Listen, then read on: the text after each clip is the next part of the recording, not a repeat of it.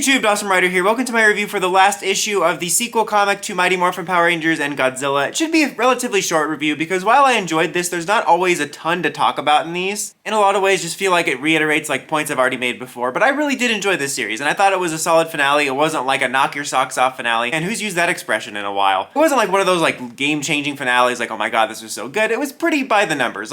That's the thing about this, is it was fairly generic in terms of all it did for the plot was set up these crazy scenarios to have these cool things happen. The plot in general was a little bit more complicated than the first one for sure, but it was pretty generic. And that wasn't necessarily a bad thing because it was kind of the cool stuff that was happening that was the point, but it kind of wrapped things up mostly neatly. It did set up something really cool, a couple things like a possibility of a future story as well as possibility of future stories with the new Ranger team. But outside of that, it wasn't like any crazy twist or anything. It just kind of wrapped things up. The coolest things to happen were you had the White Ranger freeing all the Rangers that had been kidnapped, and so you got to see a bunch of different Rangers from different seasons, which was really cool. It's kind of disappointing because one of the overall negatives of this series for me has definitely been the art. The art, I hate to be rude. I mean, I don't hate to be rude, but in this case, I kind of do. But it was fugly. I just wish it looked better because one of the strong suits of the first run was the art that made all this look really cool. And there's so many cool scenarios in this story in particular that I wanted to see,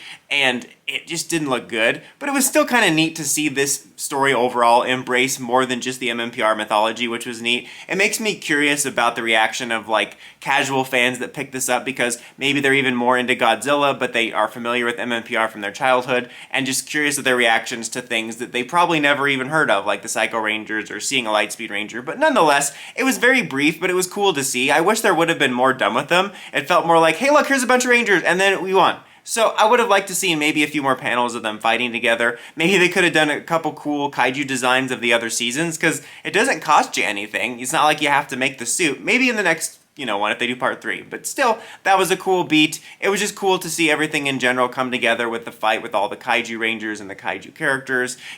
Even though the art's not the best, it was just really cool to see all that with the world unfold and stuff like that. And I really did like the resolution, which was kind of cool because it kind of had this lasting effect where it keeps things going. The very last panel is Rita being like, now I have the Council of Ritas, kind of like, the Council of Reeds or the Council of Ricks and stuff like that.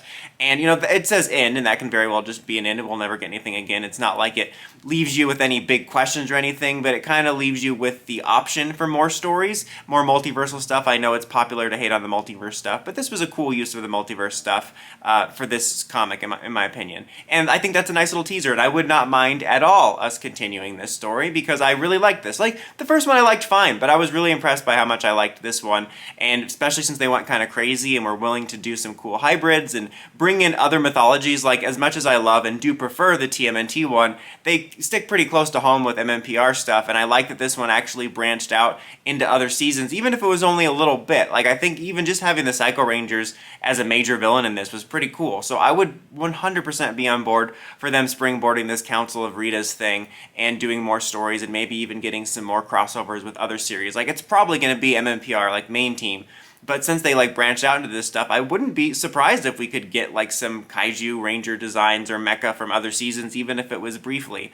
It would be really cool. I don't know if there's a rights thing about it, but if amongst the Council of Ritas we could see 2017 Rita somehow, I think that would be kind of neat. The other thing it just kind of leaves open, and it's not necessarily a setup, but they do have it so that you have this team that got depowered because their coins were drained, and they're now using the kaiju coins. So it sets up the kaiju rangers as a team out there in the Ranger multiverse, which I really like. If they ever do another Shattered Grid or another type of crossover, I like the idea that we have this new team of kaiju rangers made out of this.